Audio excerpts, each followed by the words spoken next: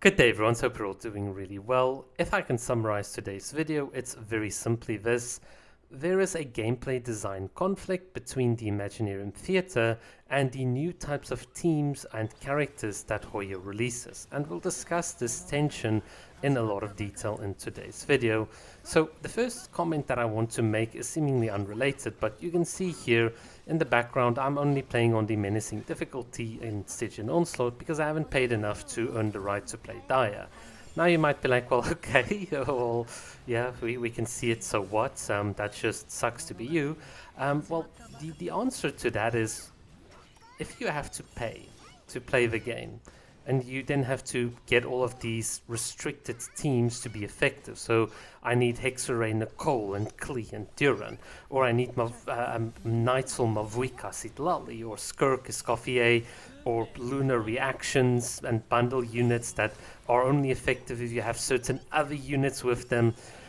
It becomes kind of annoying, and I think this is where Imaginarium Theatre itself is supposed to be a solution to what you're seeing. It's supposed to say, well, hey, I understand you don't have all the teams. I understand you don't have all of the characters that fit in, but you have enough. You've got a lot of other characters that aren't meta, that aren't as strong, and this is now a space for you to play with those characters. In fact, if you play this roguelike event very carefully, you do some careful resource management, then through the buffs to the elemental reactions and systems, your characters can still be very effective. They become an expression of the game's underlying mechanics. And that means that it's not so much just about the character or a specific predefined team that the devs want you to play. Imaginarium Theatre then becomes properly a place where collecting characters is a satisfactory type of endgame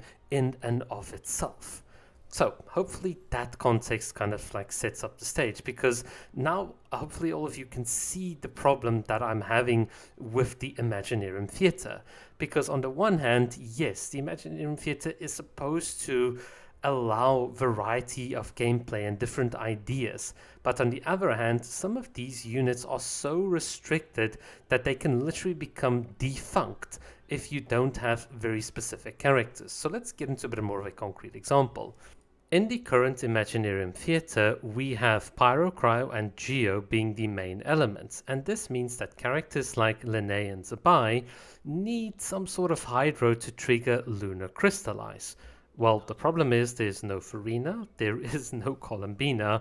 In fact, all that you really are getting is a special guest star. In other words, we need to have some contrived mechanic to make up for the problem. And those guest stars are going to be Kokomi, which I'm very happy with because, I mean, I'm a Kokomi main.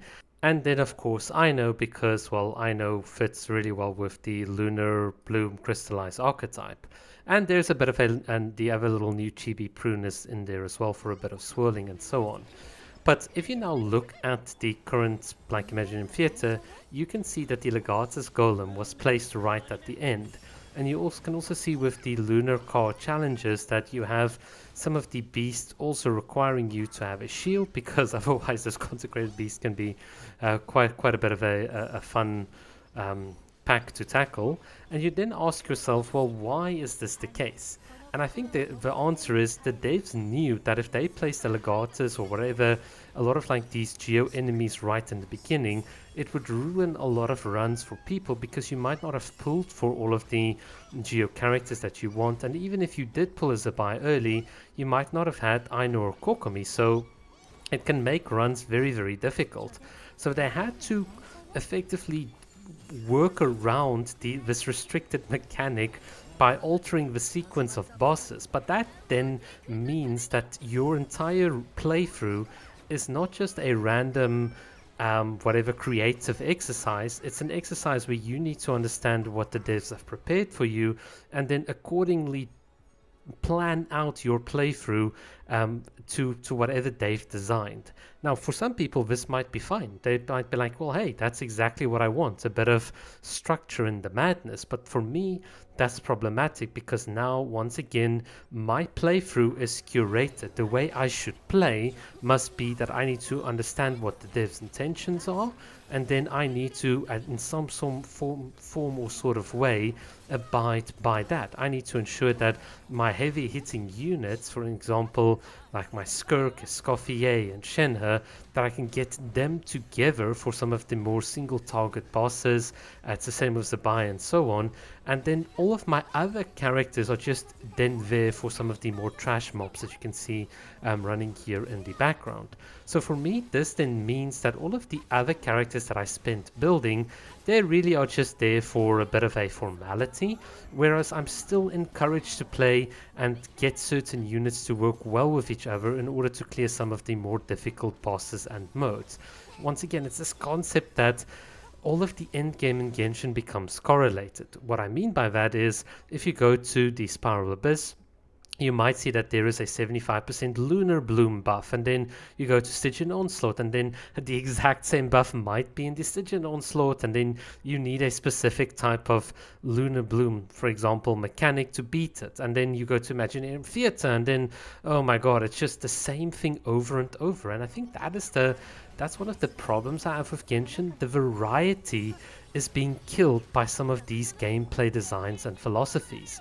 So pre-Natlan, the Imaginarium Theatre was a fun place where you were supposed to experiment with scuffed teams. In fact, this is something that put off a lot of people from actually playing the mode, but I thought that given that Genshin was always meant to be a very casual game, this was perfect because it's a great use of endgame. You're building characters, you're going on this journey throughout Teyvat collecting characters. But then obviously to try and justify power creep in the game, Genshin Impact started making niche units. So in other words, if you have the Hexarray units all together and the Night Soul and the Lunar Bloom or whatever, then we can justify power creep because it's so-called niche, and without those niches, these characters become less effective.